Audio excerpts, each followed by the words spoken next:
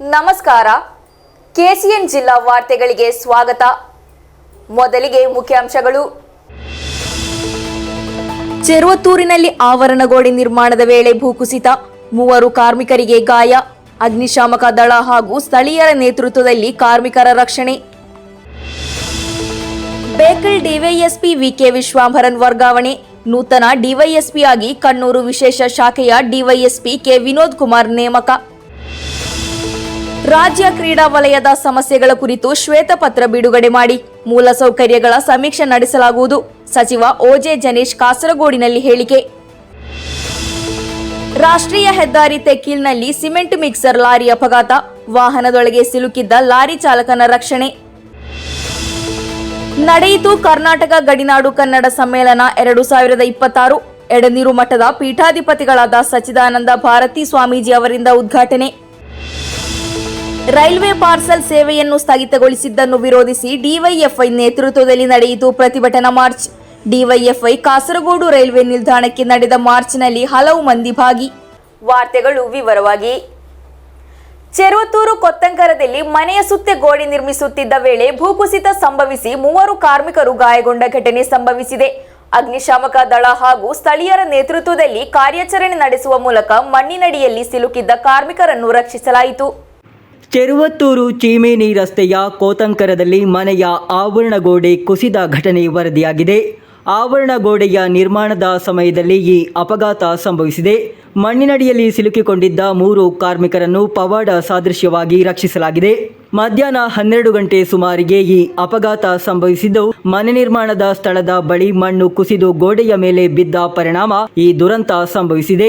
ನಿರ್ಮಾಣ ಕಾರ್ಯದಲ್ಲಿ ತೊಡಗಿಕೊಂಡಿದ್ದ 3 ಕಾರ್ಮಿಕರು ಅಪಘಾತದಲ್ಲಿ ಸಿಲುಕಿಕೊಂಡಿದ್ದರು. ಮಾಹಿತಿ ತಿಳಿದು ಆಗಮಿಸಿದ ಅಗ್ನಿಶಾಮಕ ದಳ, ಪೊಲೀಸರು ಹಾಗೂ ಸ್ಥಳೀಯರು ನಿರಂತರ ಪ್ರಯತ್ನದ ಬಳಿಕ 3ರನ್ನು ರಕ್ಷಿಸಿ ಆಸ್ಪತ್ರೆಗೆ ಕರೆದೊಯ್ಯಲಾಯಿತು. News bureau, Cheruvathur. ಕಾಂಗ್ರೆಸ್ ಕಾರ್ಯಕರ್ತರ ವಿರೋಧದ ಹಿನ್ನೆಲೆಯಲ್ಲಿ ಬೇಕಲ್ ಡಿವೈಎಸ್ಪಿಯಾಗಿ ನೇಮಕಗೊಂಡಿದ್ದ ವಿಕೆ ವಿಶ್ವಂಭರನ್ ನಾಯರ್ ಅವರನ್ನು ವರ್ಗಾವಣೆ ಮಾಡಿ ಗೃಹ ಇಲಾಖೆ ಆದೇಶ ಹೊರಡಿಸಿದೆ. ಕಣ್ಣೂರು ವಿಶೇಷ ಶಾಖೆಯ ಡಿವೈಎಸ್ಪಿ ಕೆ ವಿನೋದ್ ಕುಮಾರ್ ಅವರಿಗೆ ಬೇಕಲ್ ಡಿವೈಎಸ್ಪಿ ಉಸ್ತುವಾರಿಯನ್ನು ನೀಡಲಾಗಿದೆ. ಕಲ್ಯೋಟು ಜೋಡಿ ಕೊಲೆ ಪ್ರಕರಣಕ್ಕೆ ಸಂಬಂಧಿಸಿದಂತೆ ಅಂದು ಸಿಐ ಆಗಿದ್ದ ವಿಶ್ವಂಭರನ್ ನಾಯರ್ ಅವರ ಕ್ರಮವು ಕಾಂಗ್ರೆಸ್ಸಿನ ಒಂದು ಬಣದ ಕಾರ್ಯಕರ್ತರಲ್ಲಿ ತೀವ್ರ ಅಸಮಾಧಾನಕ್ಕೆ ಕಾರಣವಾಗಿತ್ತು. ಇದರ ಹಿನ್ನೆಲೆಯಲ್ಲಿ ವರ್ಗಾವಣೆ ಮಾಡಲಾಗಿದೆ ಎಂದು ತಿಳಿದು ಬಂದಿದೆ. ವಿಕೆ ವಿಶ್ವಂಭರನ್ ನಾಯರ್ ಅವರನ್ನು ಬೇಕಲ್ ಡಿವೈಎಸ್ಪಿಯಾಗಿ ನೇಮಿಸಿದ್ದಕ್ಕೆ ಜಿಲ್ಲೆಯ ಯೂತ್ ಕಾಂಗ್ರೆಸ್ ಕಾರ್ಯಕರ್ತರಿಂದ ಭಾರೀ ಪ್ರತಿಭಟನೆ ವ್ಯಕ್ತವಾಯಿತು.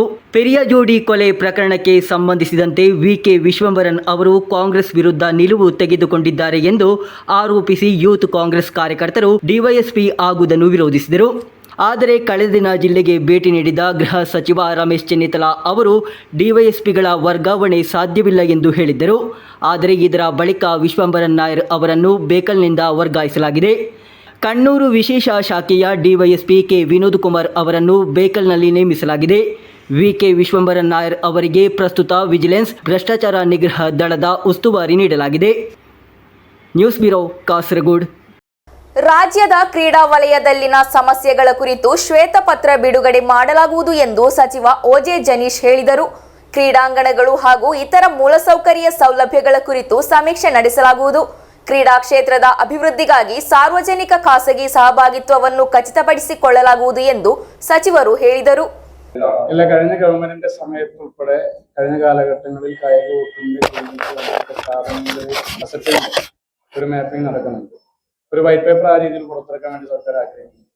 കായിക വകുപ്പിന് എവിടെയൊക്കെയാണ് സ്റ്റേഡിയങ്ങളുള്ളത്, എവിടെയൊക്കെയാണ് അനുബന്ധ സൗകര്യങ്ങളുള്ളത്, ഇൻഫ്രാസ്ട്രക്ചേഴ്സ് ഉള്ളത്, എവിടെയൊക്കെയാണ് നമുക്ക് കൂടുതലായിട്ടുള്ള സൗകര്യം ഏർപ്പെടുത്തുന്ന കാര്യത്തെ സംബന്ധിച്ചൊരു കൃത്യമായ ഒരു വിവരണം സത്യത്തിൽ സ്പോർട്സ് കൗൺസിലിന്റെ ഭാഗത്ത് അല്ലെങ്കിൽ കായിക വകുപ്പിന്റെ ഭാഗത്ത് ഇതുവരെ ഉണ്ടായിരുന്നില്ല എന്നുള്ളതാണ് വസ്തുത.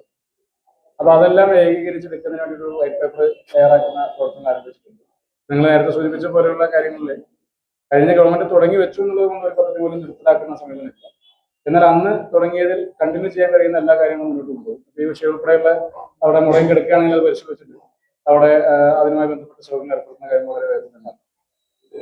ರಾಷ್ಟ್ರೀಯ ಹೆದ್ದಾರಿಯ ತೆಕ್ಕೀಲ್ನಲ್ಲಿ ಸಿಮೆಂಟ್ ಮಿಕ್ಸರ್ ಲಾರಿ ಮಗುಚಿ ವಾಹನದೊಳಗೆ ಸಿಲುಕಿದ್ದ ಚಾಲಕನನ್ನು ರಕ್ಷಿಸಲಾಗಿದೆ. ತಮಿಳುನಾಡಿನಿಂದ ಬರುತ್ತಿದ್ದ ಲಾರಿ ತೆಕ್ಕೀಲ್ ತಿರುವಿನಲ್ಲಿ ಅಪಘಾತಕ್ಕೀಡಾಗಿತ್ತು. ಚೆರ್ಕಳ ಚಟ್ಟಂಚಲ್ ರಾಷ್ಟ್ರೀಯ ಹೆದ್ದಾರಿಯ ಬೇವಿಂಜೆಯಲ್ಲಿ ಸಿಮೆಂಟ್ ಮಿಶ್ರಣ ಸಾಗಿಸುತ್ತಿದ್ದ ಟ್ಯಾಂಕರ್ ಲಾರಿ ಪಲ್ಟಿಯಾಗಿದೆ. ಕ್ಯಾಬಿನ್ನಲ್ಲಿ ಅರ್ಧ ಗಂಟೆಗೂ ಹೆಚ್ಚು ಕಾಲ ಸಿಲುಕಿಕೊಂಡಿದ್ದ ಚಾಲಕನನ್ನು ಅಗ್ನಿಶಾಮಕ ದಳ ಹಾಗೂ ಸ್ಥಳೀಯರು ಸೇರಿ ಹೊರತೆಗೆದರು. ತಮಿಳುನಾಡು ಮೂಲದ ಸಿದ್ದಿಕ್ ಅವರನ್ನು ರಕ್ಷಿಸಲಾಯಿತು. ಕಣ್ಣೂರು ಭಾಗದ ಕಡೆಗೆ ಹೋಗುತ್ತಿದ್ದ ಟ್ಯಾಂಕರ್ ಸೋಮವಾರ ಸಂಜೆ ಅಪಘಾತಕ್ಕೀಡಾಯಿತು. ಲಾರಿಯಲ್ಲಿ ಚಾಲಕ ಮಾತ್ರವೇ ಇದ್ದರು. ಚಾಲಕನ ಕೈ ಕ್ಯಾಬಿನ್ನಲ್ಲಿ ಸಿಲುಕಿಕೊಂಡಿದ್ದರಿಂದ ಹೊರಬರಲು ಸಾಧ್ಯವಾಗಲಿಲ್ಲ. ಅಗ್ನಿಶಾಮಕ ದಳವು ಹೈಡ್ರಾಲಿಕ್ ಕಟ್ಟರ್ ಬಳಸಿ ರಕ್ಷಣಾ ಕಾರ್ಯಾಚರಣೆಯನ್ನು ಪೂರ್ಣಗೊಳಿಸಿತು. ರಕ್ಷಣಾ ಕಾರ್ಯಾಚರಣೆಗೆ ಕಾಸರಗೋಡು ಅಗ್ನಿಶಾಮಕ ಠಾಣೆಯ ಹಿರಿಯ ಅಗ್ನಿಶಾಮಕ ರಕ್ಷಣಾಧಿಕಾರಿ ವಿ ಸುಗು, ಅಗ್ನಿಶಾಮಕ ರಕ್ಷಣಾ ಅಧಿಕಾರಿಗಳಾದ ಎಸ್ ಅರುಣ್ ಕುಮಾರ್, ಸಿರಾಜ್, ಅದುಲ್, ಶೈಜು, ಹಿರಿಯ ದರ್ಜೆಯ ಚಾಲಕ ಪ್ರಸೀದ್ ಹಾಗೂ ಗೃಹ ರಕ್ಷಕ ದಳದ ರಾಜು ಮತ್ತು ರಾಗೇಶ್ ಮೊದಲಾದವರು ಹಾಜರಿದ್ದರು.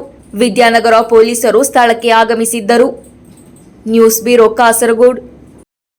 ಕೇರಳ ರಾಜ್ಯ ಕನ್ನಡ ಚುಟುಕು ಸಾಹಿತ್ಯ ಪರಿಷತ್ತು, ಕನ್ನಡ ಭವನ ಮತ್ತು ಗ್ರಂಥಾಲಯ, ಕನ್ನಡ ಭವನ ಪ್ರಕಾಶನದ ಸಂಯುಕ್ತ ಆಶ್ರಯದಲ್ಲಿ ಕರ್ನಾಟಕ ಗಡಿನಾಡು ಕನ್ನಡ ಸಮ್ಮೇಳನ 2026 ವಿಜೃಂಭಣೆಯಿಂದ ನಡೆಯಿತು.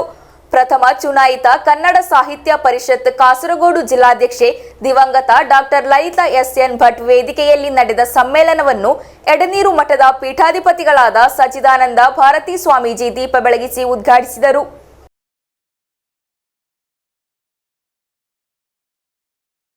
ಕೇರಳ ರಾಜ್ಯ ಕನ್ನಡ ಚುಟುಕು ಸಾಹಿತ್ಯ ಪರಿಷತ್, ಕನ್ನಡ ಭವನ ಮತ್ತು ಗ್ರಂಥಾಲಯ, ಕನ್ನಡ ಭವನ ಪ್ರಕಾಶನದ ಸಂಯುಕ್ತ ಆಶ್ರಯದಲ್ಲಿ ಆಯೋಜಿಸಿದ ಕರ್ನಾಟಕ ಗಡಿನಾಡು ಕನ್ನಡ ಸಮ್ಮೇಳನ 2026 ವಿಜೃಂಭಣೆಯಿಂದ ನಡೆಯಿತು. ಪ್ರಥಮ ಚುನಾಯಿತ ಕನ್ನಡ ಸಾಹಿತ್ಯ ಪರಿಷತ್ ಕಾಸರಗೋಡು ಜಿಲ್ಲಾಧ್ಯಕ್ಷೆ ದಿವಂಗತ ಡಾಕ್ಟರ್ ಲಲಿತಾ ಎಸ್.ಎನ್. ಭಟ್ ವೇದಿಕೆಯಲ್ಲಿ ನಡೆದ ಸಮ್ಮೇಳನದ ಕಾರ್ಯಕ್ರಮವನ್ನು ಎಡನೀರು ಮಠದ ಪೀಠಾಧಿಪತಿಗಳಾದ ಸಚ್ಚಿದಾನಂದ ಭಾರತಿ ಸ್ವಾಮೀಜಿಯವರು ದೀಪ ಬೆಳಗಿಸಿ ಉದ್ಘಾಟಿಸಿದರು. ಆ ಬಳಿಕ ಮಾತನಾಡಿದ ಅವರು, ಗಡಿನಾಡಿನಲ್ಲಿ ವಾಮನ್ ರಾವ್ ಬೇಕಲ್ ಅವರು ನಿರಂತರ ಕನ್ನಡ ಸೇವೆಯಲ್ಲಿ ತೊಡಗಿಸಿಕೊಂಡಿದ್ದು ಶ್ಲಾಘನೀಯ. ಕಾಸರಗೋಡು ಭಾವನಾತ್ಮಕವಾಗಿ ಕರುನಾಡಿನೊಂದಿಗೆ ಬೆಸೆದುಕೊಂಡಿದ್ದು, ನಡೆ ಕನ್ನಡ, ನುಡಿ ಕನ್ನಡ, ಗುಡಿ ಕನ್ನಡ ಎಂಬ ಧ್ಯೇಯ ಮನೆ ಮನೆಯಲ್ಲೂ ಸಾಕಾರಗೊಳ್ಳಬೇಕೆಂದು ಅವರು ಕರೆ ನೀಡಿದರು. ಮಕ್ಕಳನ್ನು ಕನ್ನಡ ಮಾಧ್ಯಮದಲ್ಲಿ ಶಿಕ್ಷಣ ಪಡೆಯುವಂತೆ ಪೋಷಕರು ಪ್ರೋತ್ಸಾಹಿಸಬೇಕು. ಕನ್ನಡ ಭಾಷೆ ಕೇವಲ ಶಿಕ್ಷಣವಷ್ಟೇ ಅಲ್ಲದೆ ಉತ್ತಮ ಸಂಸ್ಕಾರವನ್ನು ನೀಡುತ್ತದೆ. ಮನೆಯಲ್ಲಿ ಕನ್ನಡದ ಬಳಕೆ ಹೆಚ್ಚಿದರೆ ಗಡಿನಾಡಿನಲ್ಲಿ ಕನ್ನಡದ ಉಳಿವು ಸಾಧ್ಯವಾಗಲಿದೆ ಎಂದು ಅವರು ಅಭಿಪ್ರಾಯಪಟ್ಟರು. ಮುಂದಿನ ದಿನಗಳಲ್ಲಿ ಡಾಕ್ಟರ್ ಸಿ ಸೋಮಶೇಖರ್ ಅವರು ಕನ್ನಡ ಸಾಹಿತ್ಯ ಪರಿಷತ್ತಿನ ಅಧ್ಯಕ್ಷರಾಗಲಿ ಎಂಬ ಆಶಯವನ್ನು ವ್ಯಕ್ತಪಡಿಸಿದರು. ಸಮ್ಮೇಳನದ ಅಧ್ಯಕ್ಷತೆ ವಹಿಸಿದ ಡಾಕ್ಟರ್ ಸಿ ಸೋಮಶೇಖರ್ ಮಾತನಾಡಿ, ಸಮ್ಮೇಳನದ ಮೂಲ ಆಶಯವೇ ಕನ್ನಡ ಮನಸ್ಸುಗಳ ಸಮ್ಮಿಲನ ಎಂದು ಹೇಳಿದರು. ಗಡಿನಾಡಿನಲ್ಲಿ ಕನ್ನಡ ಸಂಸ್ಕೃತಿ, ಯಕ್ಷಗಾನ ಹಾಗೂ ಸಾಹಿತ್ಯ ಪರಂಪರೆಯನ್ನು ಉಳಿಸುವಲ್ಲಿ ಎಡನೀರು ಮಠ ಮತ್ತು ವಾಮನ್ ರಾವ್ ವೇಕಲ್ ಸಂಧ್ಯಾರಾಣಿ ದಂಪತಿ ಸಲ್ಲಿಸುತ್ತಿರುವ ಸೇವೆ ಅನನ್ಯವಾಗಿದೆ ಎಂದು ಶ್ಲಾಘಿಸಿದರು. ಕನ್ನಡ ಸಾಹಿತ್ಯ ಪರಿಷತ್ ಮುಂದಿನ ಚುನಾವಣೆಯಲ್ಲಿ ಸ್ಪರ್ಧಿಸುವುದಾಗಿ ಇದೇ ಸಂದರ್ಭದಲ್ಲಿ ಅವರು ಘೋಷಿಸಿದರು. ಕನ್ನಡ ಭವನ ಮತ್ತು ಗ್ರಂಥಾಲಯದ ಸ್ಥಾಪಕ ಅಧ್ಯಕ್ಷ ಡಾಕ್ಟರ್ ವಾಮನ್ ರಾವ್ ಬೇಕಲ್ ಮಾತನಾಡಿ, ಗಡಿನಾಡಿನಲ್ಲಿ ಹಲವು ದಶಕಗಳಿಂದ ಕನ್ನಡದ ಉಳಿವಿಗಾಗಿ ಹೋರಾಟ ನಡೆಸುತ್ತಿರುವುದಾಗಿ ಹೇಳಿದರು. ಕಾಸರಗೋಡಿನಲ್ಲಿ ಕನ್ನಡದ ಅಸ್ತಿತ್ವ ಇನ್ನೂ ಜೀವಂತವಾಗಿದೆ. ಪ್ರಶಸ್ತಿ ನೀಡುವುದು ಮಾತ್ರವಲ್ಲದೆ ಕನ್ನಡ ಮನಸ್ಸುಗಳನ್ನು ಒಂದಾಗಿಸುವ ಪ್ರಯತ್ನವೇ ನಮ್ಮ ಧ್ಯೇಯವಾಗಬೇಕೆಂದು ಅವರು ತಿಳಿಸಿದರು.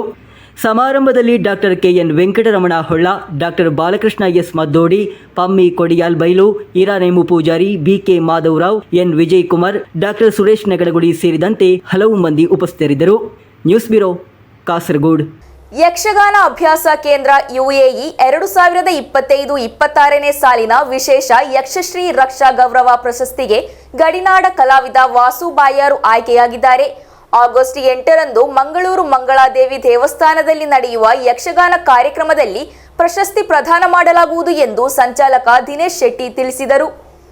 ಕಾಸರಗೋಡು ರೈಲ್ವೆ ಪಾರ್ಸಲ್ ಸೇವೆಯನ್ನು ಸ್ಥಗಿತಗೊಳಿಸಿದ್ದನ್ನು ವಿರೋಧಿಸಿ ಡಿವೈಎಫ್ಐ ನೇತೃತ್ವದಲ್ಲಿ ಪ್ರತಿಭಟನೆ ನಡೆಸಲಾಯಿತು. ಪಾರ್ಸಲ್ ಸೇವೆಯನ್ನು ಪುನರಾರಂಭಿಸುವಂತೆ ಒತ್ತಾಯಿಸಿ ಡಿವೈಎಫ್ಐ ಕಾಸರಗೋಡು ರೈಲ್ವೆ ನಿಲ್ದಾಣಕ್ಕೆ ಮಾರ್ಚ್ ಆಯೋಜಿಸಿತು.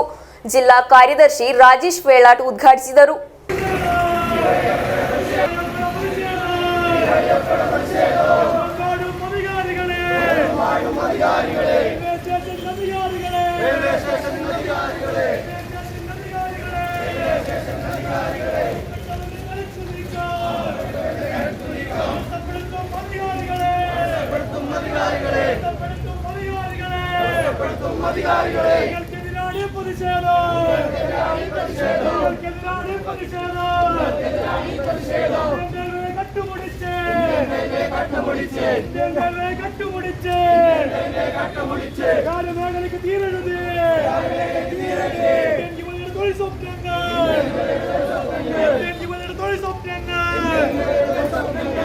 ಕಾಸರಗೋಡು ರೈಲ್ವೆ ನಿಲ್ದಾಣದಲ್ಲಿ ಪಾರ್ಸಲ್ ಸೇವೆಯನ್ನು ಸ್ಥಗಿತಗೊಳಿಸಿದ ದಕ್ಷಿಣ ರೈಲ್ವೆಯ ಕ್ರಮವನ್ನು ತಕ್ಷಣ ಹಿಂಪಡೆಯಬೇಕು ಹಾಗೂ ಜಿಲ್ಲೆಯ ಏಕೈಕ ರೈಲ್ವೆ ಪಾರ್ಸಲ್ ಸೇವಾ ಕೇಂದ್ರವನ್ನು ರಕ್ಷಿಸಬೇಕೆಂದು ಒತ್ತಾಯಿಸಿ ಡಿವೈಎಫ್ಐ ಪ್ರತಿಭಟನೆ ನಡೆಸಿತು. ಡಿವೈಎಫ್ಐ ಕಾಸರಗೋಡು ಬ್ಲಾಕ್ ಸಮಿತಿಯ ನೇತೃತ್ವದಲ್ಲಿ ರೈಲು ನಿಲ್ದಾಣಕ್ಕೆ ಮಾರ್ಚ್ ಅನ್ನು ಆಯೋಜಿಸಿತ್ತು. ಜಿಲ್ಲಾ ಕಾರ್ಯದರ್ಶಿ ರಾಜೇಶ್ ವೆಲ್ಲಡ್ ಉದ್ಘಾಟಿಸಿದರು.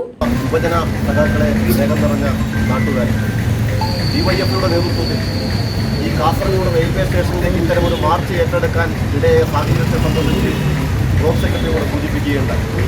ഈ കാസർഗോഡ് ജില്ലയിലെ ഏറ്റവും പ്രധാനപ്പെട്ട ജില്ലാ കേന്ദ്രത്തിൽ പ്രവർത്തിക്കുന്ന റെയിൽവേ സ്റ്റേഷനാണ് ഈ കാസർഗോഡ് റെയിൽവേ സ്റ്റേഷൻ.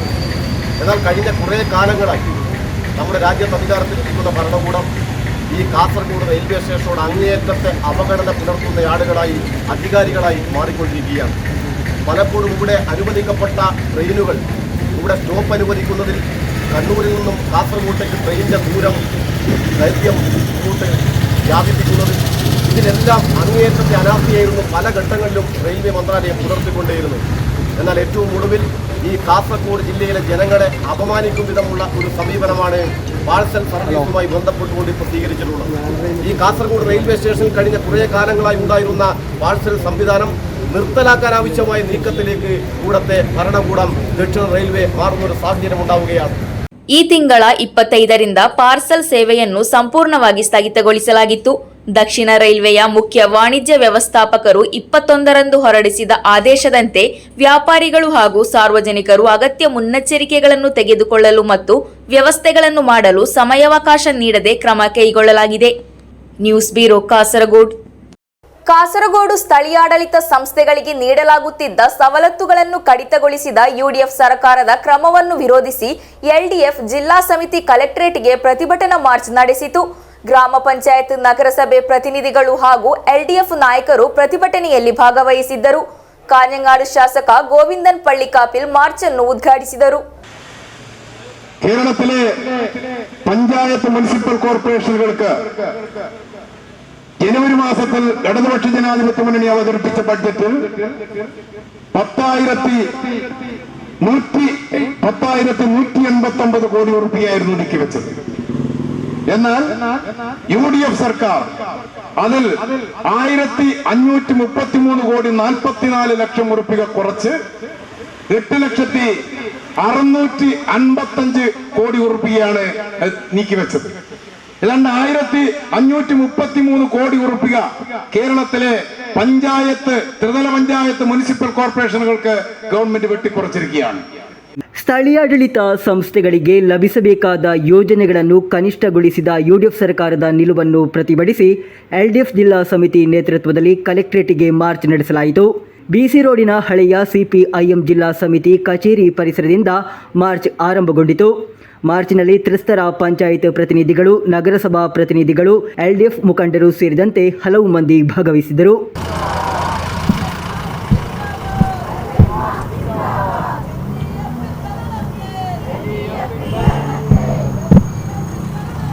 നിങ്ങൾക്കെതിരെ ഉയർന്നു കഴിഞ്ഞു കേരള നാട്ടിലെ ബഹുജന ശക്തി. ന്യായമായി നൽകുക എന്നത് സർക്കാരിന്റെ ചുമതലയാണ്. എൽഡിഎഫ് സിന്ദാബാദ്, ഇൻകുലാബ് ഇൻകുലാബ് ഇൻകുലാബ് സിന്ദാബാദ്. ಬಳಿಕ ನಡೆದ ಪ್ರತಿಭಟನಾ ಸಭೆಯಲ್ಲಿ ಸಿಪಿಎಂ ಜಿಲ್ಲಾ ಕಾರ್ಯದರ್ಶಿ ಎಂ ರಾಜಗೋಪಾಲನ್ ಅಧ್ಯಕ್ಷತೆ ವಹಿಸಿದರು. ಎಲ್ಡಿಎಫ್ ಜಿಲ್ಲಾ ಕನ್ವೀನರ್ ಕೆಪಿ ಸತೀಶ್ ಚಂದ್ರನ್ ಸ್ವಾಗತಿಸಿದರು. ಮುಖಂಡರಾದ CH Kunjambu, CP Babu, Sabu Abraham, VV Rameshan, Mohammed Rafi, Azeez Kadappuram ಮುಂತಾದವರು ಮಾತನಾಡಿದರು. News bureau Kasaragod. Kasaragod Dialife super speciality ಆಸ್ಪತ್ರೆಯಲ್ಲಿ Mangaluru RVR neuro onco centre ಸಹಯೋಗದೊಂದಿಗೆ ನ್ಯೂರಾಲಜಿ ಆ್ಯಂಡ್ ಆಂಕಾಲಜಿ ವಿಭಾಗದ ಕೇಂದ್ರ ಅದ್ಧೂರಿ ಸಮಾರಂಭದಲ್ಲಿ ಚಾಲನೆಗೊಂಡಿತು. ಗೃಹ ಸಚಿವ ರಮೇಶ್ ಚೆನ್ನಿತ್ತಲ ಉದ್ಘಾಟಿಸಿದರು. ആധുനികമായ ചികിത്സാ സൗകര്യങ്ങൾ നമ്മുടെ കാസർഗോഡിലെ ജനങ്ങൾക്ക് ലഭ്യമാക്കുന്ന ഒരു കാര്യമാണ് ഇവിടെ നടക്കുന്നത്. അതോടൊപ്പം തന്നെ വെർട്ടിഗോ ലാബ്, ആളുകൾക്ക് ഈ ശരീരത്തിൻ്റെ ബാലൻസ് ഇല്ലാതെ തല കറങ്ങുന്ന അവസ്ഥ, വെർട്ടിഗോ. പ്രായമാകുമ്പോൾ അത്തരത്തിലുള്ള രോഗങ്ങളൊക്കെ വരാറുണ്ട്. വന്നു കഴിഞ്ഞാൽ ചികിത്സിക്കാനുള്ള സൗകര്യമാണ് ഇവിടെ RVRൽ സൂപ്പർ സ്പെഷ്യാലിറ്റി സെൻ്ററായി ഇവിടെ ആരംഭിക്കുന്നത്. അപ്പോൾ ഡയൽ ലൈഫ് സൂപ്പർ സ്പെഷ്യാലിറ്റി ഹോസ്പിറ്റലിന് എല്ലാവിധ ആശംസകളും നേരുന്നു. സൂപ്പർ സ്പെഷ്യാലിറ്റി നിലവാരത്തിലുള്ള ഒരു സെൻ്ററായിട്ടാണ് ഇത് പ്രവർത്തിക്കുന്നത്. ഏറ്റവും മിടുക്കന്മാരായ ഡോക്ടർമാരാണ് ഇതിൽ പ്രവർത്തിക്കുന്നതിന് മനസ്സിലാക്കാൻ കഴിയും. എല്ലാവർക്കും ആശംസകൾ നേർന്നുകൊണ്ട്, ഡയൽ ലൈഫ് ഹോസ്പിറ്റലിന് എല്ലാവിധ ആശംസകളും നേർന്നുകൊണ്ട്, ഇത് നമ്മുടെ നാട്ടിലെ ജനങ്ങൾക്ക് പ്രയോജനമാകട്ടെ. മഞ്ചേശ്വരത്ത് നമ്മൾ മംഗലാപുരത്ത് പോകാതെ ഇവിടെ തന്നെ മികച്ച ചികിത്സ കിട്ടുന്ന ഈ സംവിധാനം ഒരുക്കിയ ശ്രീ മുഹമ്മദ് കുഞ്ഞിക്കും പിന്നെ നഫ്സലിനും ഉൾപ്പെടെയുള്ള എല്ലാവർക്കും ഞാൻ പ്രത്യേകം നന്ദി രേഖപ്പെടുത്തിക്കൊണ്ട് ഇത് ഉദ്ഘാടനം ചെയ്തതായി അറിയിക്കുന്നു. ಕಾರ್ಯಕ್ರಮದಲ್ಲಿ ಕಾಸರಗೋಡು ಸಂಸದ ರಾಜಮೋಹನ್ ಉಣ್ಣಿತಾನ್, ಕಾಸರಗೋಡು ಶಾಸಕ ಕಲ್ಲಟ್ರಾವ್ ಮಾಹಿನ್, ಮಂಜೇಶ್ವರ ಶಾಸಕ ಎಕೆ ಮಶ್ರಫ್, ಕಾഞ്ഞങ്ങാಡು ಶಾಸಕ ಗೋವಿಂದನ್ ವಳ್ಳಿಕಾಪಿಲ್, ನಗರಸಭೆ ಅಧ್ಯಕ್ಷೆ ಶಾಹಿನಾ ಸಲೀಂ, ಉಪಾಧ್ಯಕ್ಷೆ ಕೆಎಂ ಹನೀಫಾ, ಬ್ಲಾಕ್ ಪಂಚಾಯತ್ ಸದಸ್ಯ ಅಶ್ರಫ್ ಕಾರ್ಲೆ, ಅನ್ವರ್ ಕೋಲಿಯಡುಕಂ, ಇತರ ಸಾರ್ವಜನಿಕ ಪ್ರತಿನಿಧಿಗಳು ಹಾಗೂ ಸಾಮಾಜಿಕ ಸಾಂಸ್ಕೃತಿಕ ಕ್ಷೇತ್ರದ ಪ್ರಮುಖ ವ್ಯಕ್ತಿಗಳು ಸಮಾರಂಭದಲ್ಲಿ ಭಾಗವಹಿಸಿದ್ದರು. ಇದಕ್ಕೆ ಸಂಬಂಧಿಸಿದಂತೆ ಕಾಸರಗೋಡು ಜಿಲ್ಲೆಯ ಮೊದಲ ವರ್ಟಿಗೋ ಲ್ಯಾಬ್ ಅನ್ನು ಸಹ ಉದ್ಘಾಟಿಸಲಾಯಿತು.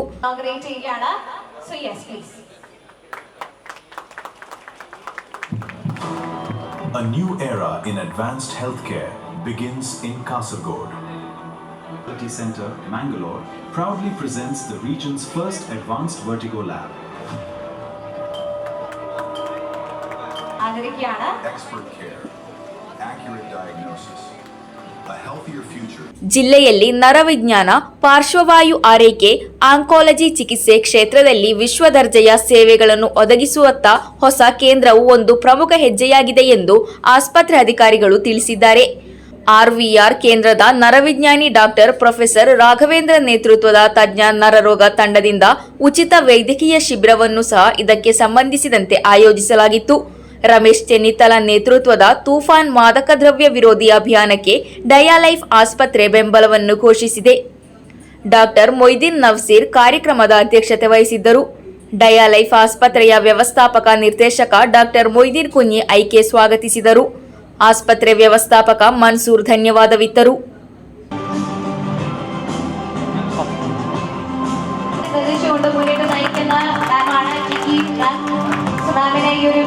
സർവീസ് നൽകാനായി മാം അവിടെ ഉണ്ടാവും. സോ നിറഞ്ഞ കൈയടി നൽകാം. Up next, I would like to welcome. Up next, PRE Mani. And next, Ramani K. Ramani ma'am in a very. Up next, I would like to welcome all.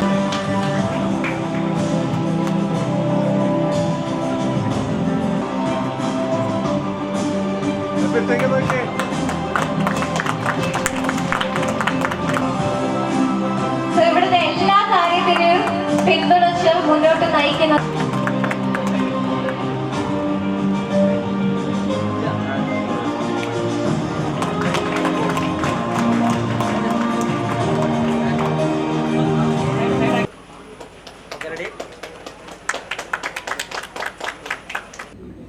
News bureau Kasaragod.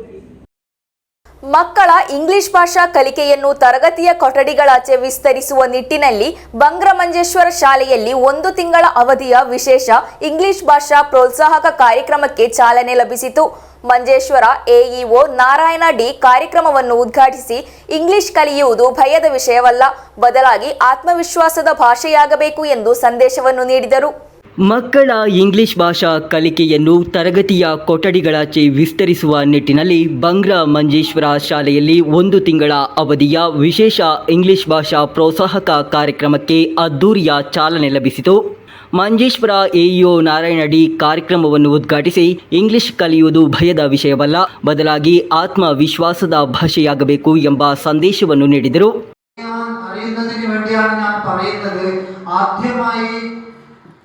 ഒരു ജോലിക്ക് കയറുമ്പോൾ ഒരുപാട് competition, മത്സരം, പരീക്ഷ എഴുതി ഏറ്റവും ഉന്നതരായ സാമർഥ്യം ഉണ്ടാവുന്ന ആൾക്കാരാണ് പൊതുവിദ്യാലയങ്ങളിൽ അധ്യാപികമാരായിട്ട് ചേരുന്നത്. സർക്കാർ വിദ്യാലയത്തിൽ PSC പരീക്ഷ എഴുതിയതിനു ശേഷം അത് കഴിഞ്ഞിട്ട് എയ്ഡഡിലേക്ക് പോകും. അതുകൂടി കഴിഞ്ഞ് ഈ മേഖലയിലേക്ക് കടന്നു ചെല്ലാൻ പറ്റാത്ത, അതായത് കപ്പാസിറ്റി കൊണ്ട് കടന്നു ചെല്ലാൻ പറ്റാതാവുമ്പോഴാണ് നാട് മുഴുവൻ ഉണ്ടാവുന്ന അൺഎയ്ഡഡ് സ്കൂളുകളിൽ അവിടെ ഇവിടെ ഇങ്ങനെ ജോലി ചെയ്യുന്നത്. അപ്പോൾ ഒരുപാട് നമ്മൾ മനസ്സിലാക്കണം, ഏത് പൊതുവിദ്യാലയത്തിലേക്ക് നമ്മൾ പോയാലും അവരുടെ അധ്യാപകന്മാരുടെ യോഗ്യത അനുസരിച്ച് അതത് പോസ്റ്റിന് ആ ജോലിക്ക് വേണ്ടുന്ന യോഗ്യത എന്താണോ അതിനേക്കാൾ ഉയർന്ന യോഗ്യതയാണ് പൊതുവിദ്യാലയങ്ങളിൽ പഠിപ്പിക്കുന്ന അധ്യാപകന്മാർക്ക് ഉണ്ടാവുന്നത്. അപ്പൊ ഞാൻ രക്ഷകർത്താക്കൾക്ക് വേണ്ടിയിട്ടാണ് ഈ കാര്യം പറയുന്നത്. നിങ്ങളുടെ കുട്ടി ഇങ്ങനെയുള്ള ഒരു പൊതുവിദ്യാലയത്തിന് വന്നത് കൊണ്ട് ഒരു കാരണവശാലും നിങ്ങൾക്ക് ഏതൊരു രീതിയിലുള്ള ബേജാരോ കാര്യങ്ങളോ ഒന്നും ആവശ്യമില്ല. വളരെ നല്ല രീതിയിലാണ് ഈ കുട്ടികൾ ഇവിടെ വളരുന്നത്. അത് നിങ്ങൾക്ക് സന്തോഷിക്കാം. ವಿಜಯ ರೂರಲ್ ಡೆವಲಪ್ಮೆಂಟ್ ಫೌಂಡೇಶನ್ ಹಾಗೂ ಬ್ಯಾಂಕ್ ಆಫ್ ಬರೋಡಾ ಸಹಯೋಗದೊಂದಿಗೆ LP ವಿಭಾಗದ ವಿದ್ಯಾರ್ಥಿಗಳಿಗೆ ರೀಡರ್ಸ್ ಬೂಸ್ಟರ್ ಎಂಬ ಹೆಸರಿನಲ್ಲಿ ವಿಶೇಷ ವರ್ಕ್ಶೀಟ್ ಪುಸ್ತಕಗಳನ್ನು ವಿತರಿಸಲಾಯಿತು. ವಿಜಯ ರೂರಲ್ ಡೆವಲಪ್ಮೆಂಟ್ ಫೌಂಡೇಶನ್ ಮುಖ್ಯ ಕಾರ್ಯನಿರ್ವಾಹಕ ಅಧಿಕಾರಿ ಜ್ಯೋತಿರಾಜ್ ಮುಖ್ಯ ಅತಿಥಿಯಾಗಿದ್ದರು. PTA ಅಧ್ಯಕ್ಷ ಅಶ್ರಫ್ BM ಅಧ್ಯಕ್ಷತೆ ವಹಿಸಿದರು. AEO ನಾರಾಯಣಡಿ, ಮಂಜೇಶ್ವರ BPCP ರಾಜಗೋಪಾಲನ್ ಎಂಬಿವರನ್ನು ಕಾರ್ಯಕ್ರಮದಲ್ಲಿ ಸನ್ಮಾನಿಸಲಾಯಿತು. ವಾರ್ಡ್ ಸದಸ್ಯ T ಸಾದಿಕ್, MPTA ತಾಹಿರಾ, ಶಿಕ್ಷಕಿಯರಾದ ರಂಜಿತಾ ಕುಮಾರಿ, ಬೆಂಜಮಿನ್, ಮಮತಾ K ಮುಂತಾದವರು ಶುಭ ಹಾರೈಸಿ ಮಾತನಾಡಿದರು. Abdul Rahman Udyavara, news bureau Manjeshwar. ಕೊನೆಯಲ್ಲಿ ಮತ್ತೊಮ್ಮೆ ಮುಖ್ಯಾಂಶಗಳು. ಚೆರುವತ್ತೂರಿನಲ್ಲಿ ಆವರಣಗೋಡೆ ನಿರ್ಮಾಣದ ವೇಳೆ ಭೂಕುಸಿತ, 3 ಕಾರ್ಮಿಕರಿಗೆ ಗಾಯ, ಅಗ್ನಿಶಾಮಕ ದಳ ಹಾಗೂ ಸ್ಥಳೀಯರ ನೇತೃತ್ವದಲ್ಲಿ ಕಾರ್ಮಿಕರ ರಕ್ಷಣೆ. ಬೇಕಲ್ ಡಿವೈಎಸ್ಪಿ VK ವಿಶ್ವಂಭರನ್ ವರ್ಗಾವಣೆ, ನೂತನ ಡಿವೈಎಸ್ಪಿ ಆಗಿ ಕಣ್ಣೂರು ವಿಶೇಷ ಶಾಖೆಯ ಡಿವೈಎಸ್ಪಿ K ವಿನೋದ್ ಕುಮಾರ್ ನೇಮಕ. ರಾಜ್ಯ ಕ್ರೀಡಾ ವಲಯದ ಸಮಸ್ಯೆಗಳ ಕುರಿತು ಶ್ವೇತಪತ್ರ ಬಿಡುಗಡೆ ಮಾಡಿ ಮೂಲಸೌಕರ್ಯಗಳ ಸಮೀಕ್ಷೆ ನಡೆಸಲಾಗುವುದು, ಸಚಿವ OJ ಜನೇಶ್ ಕಾಸರಗೋಡಿನಲ್ಲಿ ಹೇಳಿಕೆ. ರಾಷ್ಟ್ರೀಯ ಹೆದ್ದಾರಿ ತೆಕ್ಕೀಲ್ನಲ್ಲಿ ಸಿಮೆಂಟ್ ಮಿಕ್ಸರ್ ಲಾರಿ ಅಪಘಾತ, ವಾಹನದೊಳಗೆ ಸಿಲುಕಿದ್ದ ಲಾರಿ ಚಾಲಕನ ರಕ್ಷಣೆ. ನಡೆಯಿತು ಕರ್ನಾಟಕ ಗಡಿನಾಡು ಕನ್ನಡ ಸಮ್ಮೇಳನ 2026. ಎಡನೀರು ಮಠದ ಪೀಠಾಧಿಪತಿಗಳಾದ ಸಚ್ಚಿದಾನಂದ ಭಾರತಿ ಸ್ವಾಮೀಜಿ ಅವರಿಂದ ಉದ್ಘಾಟನೆ. ರೈಲ್ವೆ ಪಾರ್ಸಲ್ ಸೇವೆಯನ್ನು ಸ್ಥಗಿತಗೊಳಿಸಿದ್ದನ್ನು ವಿರೋಧಿಸಿ ಡಿವೈಎಫ್ಐ ನೇತೃತ್ವದಲ್ಲಿ ನಡೆಯಿತು ಪ್ರತಿಭಟನಾ ಮಾರ್ಚ್.